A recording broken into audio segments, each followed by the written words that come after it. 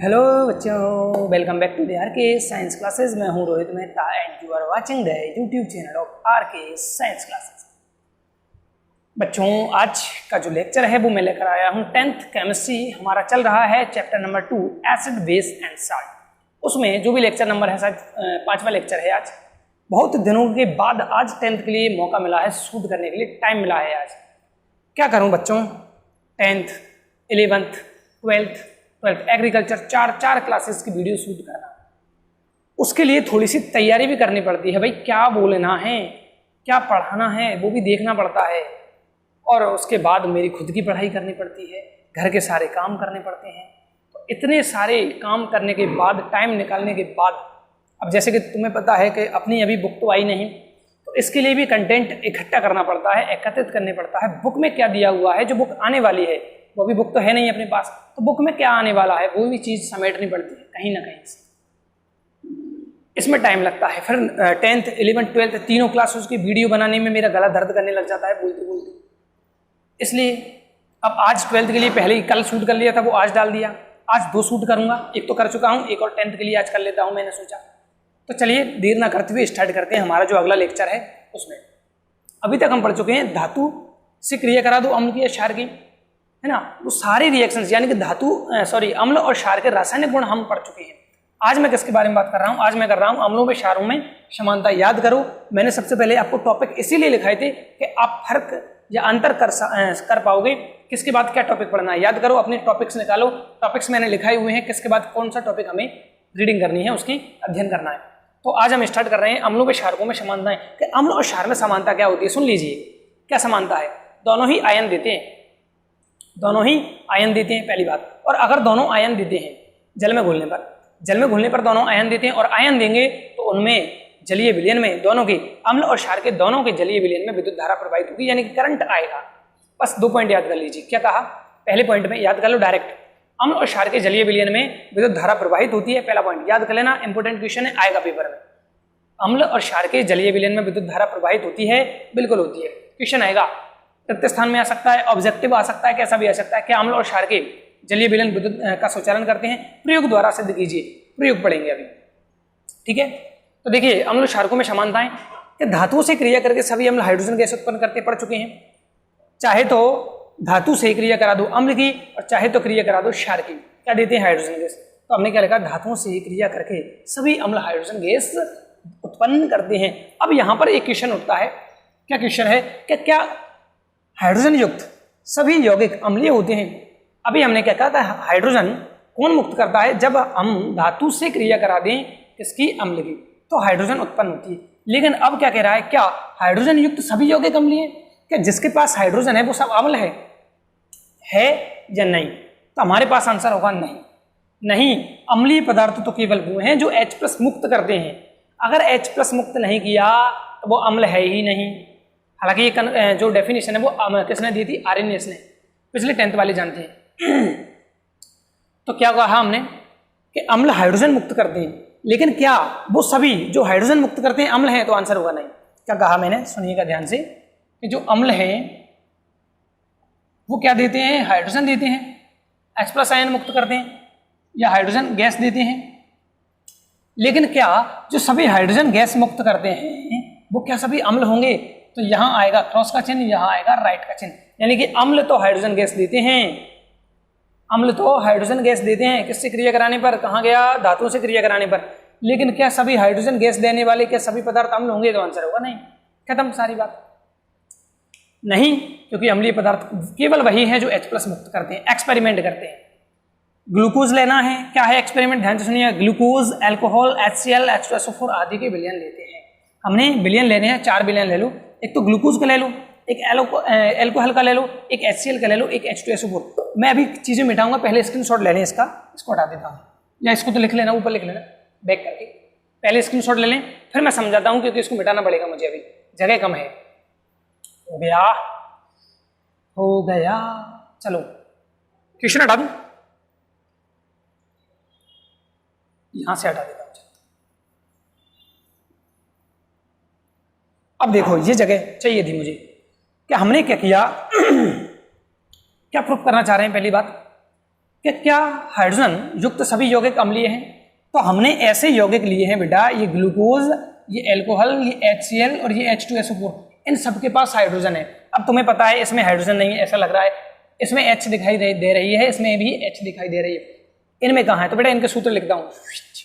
सबसे पहले glucose C6H12O6, it is the formula of glucose. किसका सूत्र बेटा? ये ग्लूकोज का है।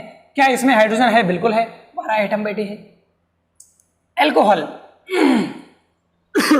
इसका सूत्र देना थोड़ा सा मुश्किल काम है। क्यों मुश्किल काम है?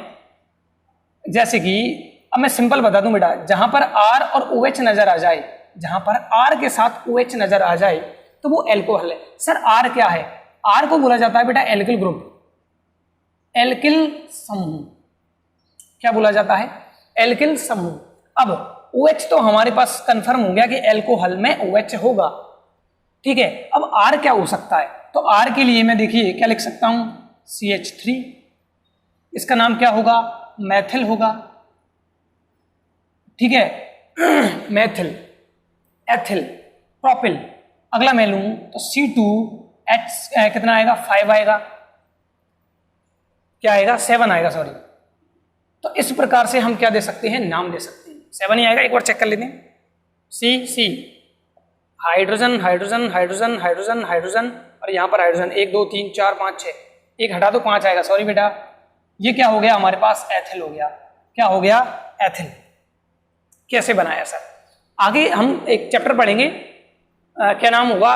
कार्बन और उसके यौगिक। वहां पर मैं समझाऊंगा ये सूत्र कैसे बन रहे हैं। एल्किल श्रेणी क्या है, एल्केन क्या है, एल्कीन क्या है, एल्काइन क्या है, ये सारी चीजों की बात करेंगे। तो Maithil, ethyl, propyl, butyl, pentyl, ये सब क्या है? ये सब मान है, किसकी जगह रख सकते हैं इनको हम? R की जगह।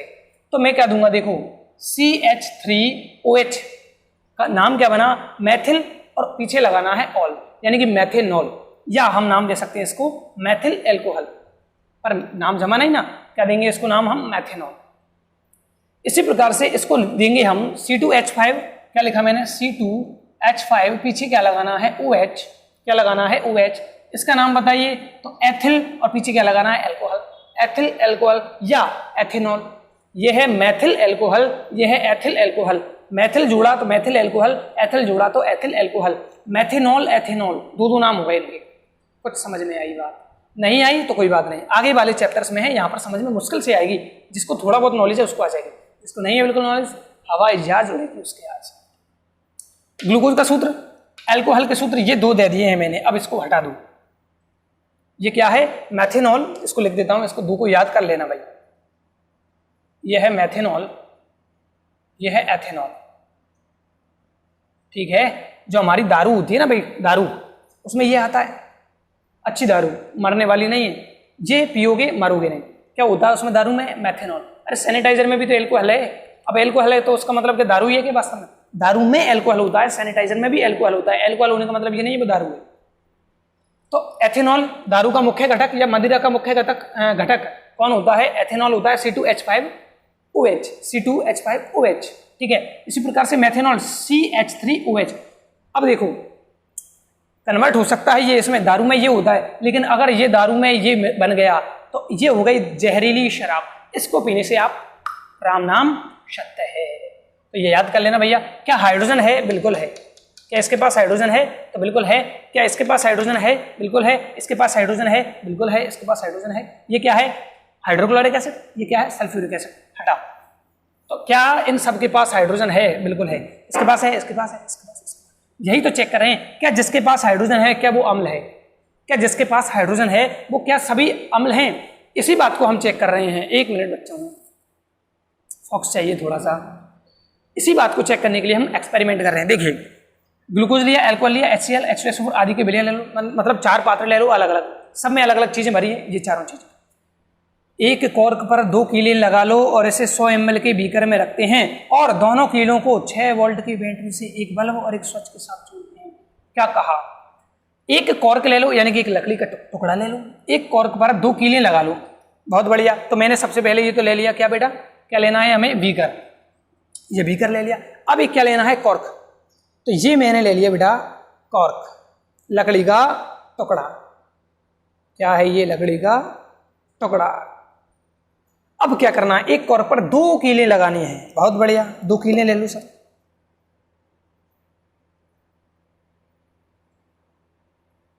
ये मैंने ली पहली कील जो कॉर्क में घुसे दी है, और ये ली दूसरी कील, ये भी मैंने कॉर्क में लगा दी है अच्छी तरह।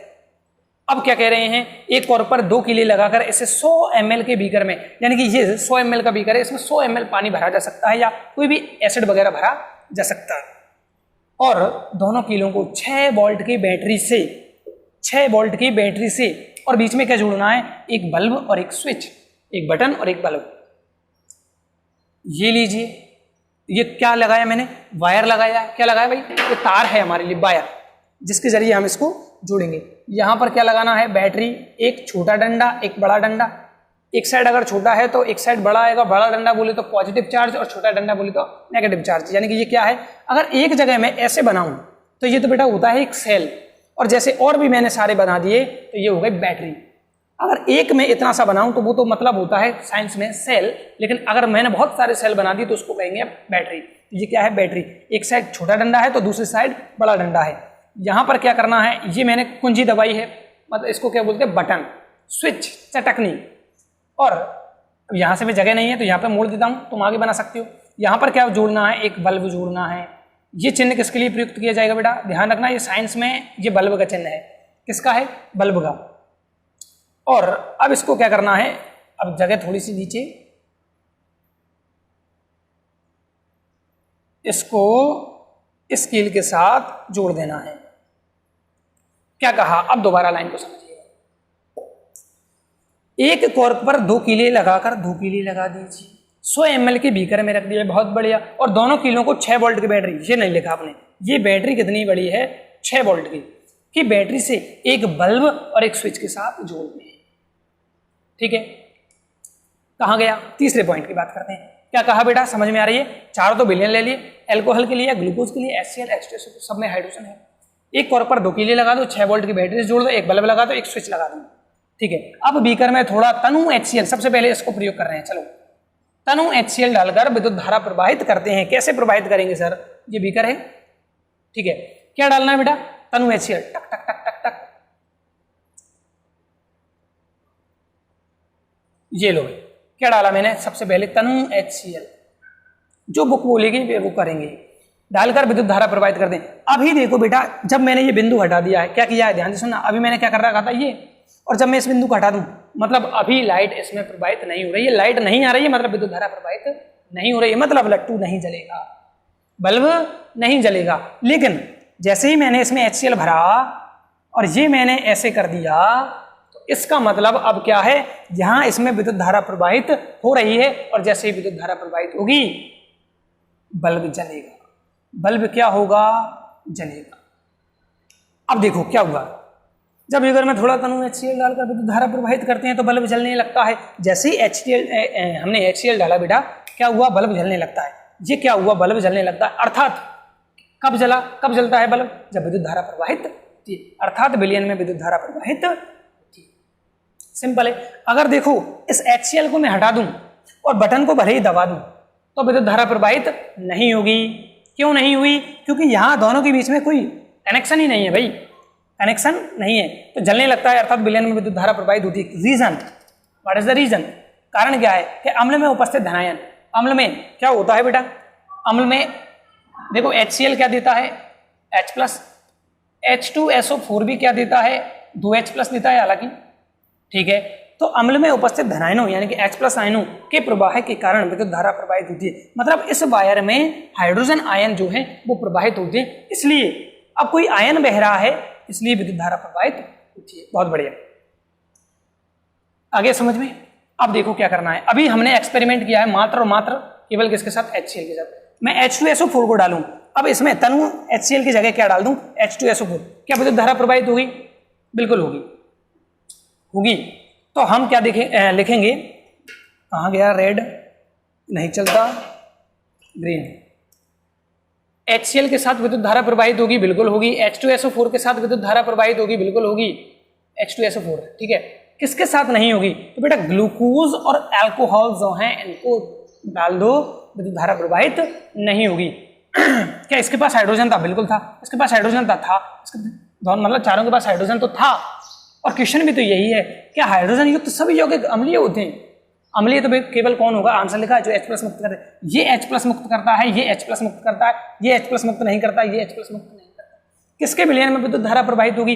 अम्ल के में। ये अम्ल हुए नहीं। अम्ल कौन होगा? जो H+ डोनेट करेगा। दोनों H+ डोनेट करते हैं तो अम्लीय होंगे, दोनों H+ डोनेट नहीं करते हैं तो अम्ल नहीं होंगे। तो 4 क्वेश्चन बन सकते हैं यहाँ पर, 4 क्वेश्चन, चारों को प्रयोग द्वारा समझा जा सकता है मात्र एक प्रयोग को समझने के बाद। I am clear? समझ में आया? चलो स्क्रीनशॉट ले लें, चित्र बना लेना है। गर्मी अच्छी पड़ रही है, कूलर चल रहा है, फिर स्क्रीनशॉट ले लें फटाफट।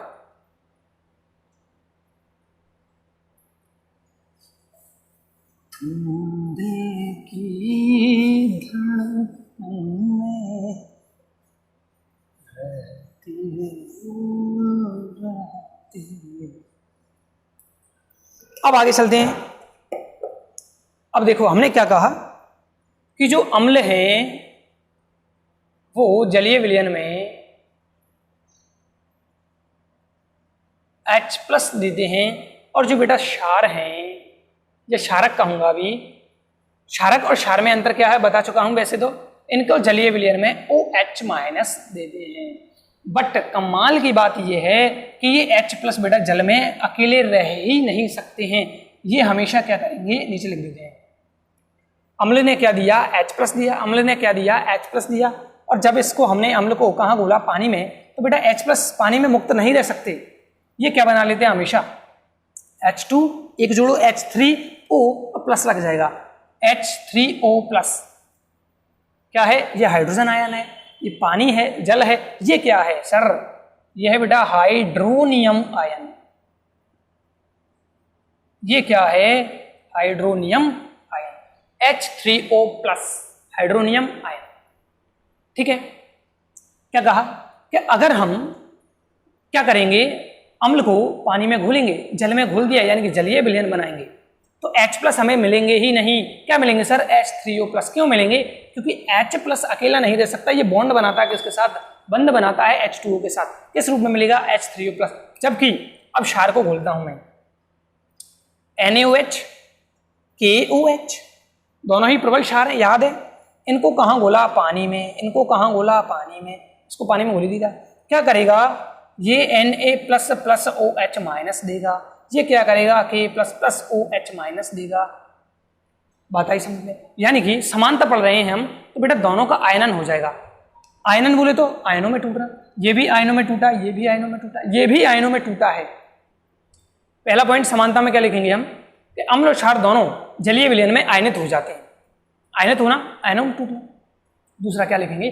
अम्ल और क्षार दोनों के विलयन किसके? विद्युत के सुचालक होते हैं। ध्यान देना, ये क्वेश्चन पूछा जाएगा, बिल्कुल वेरी इंपोर्टेंट, लिख लेना भैया इसको।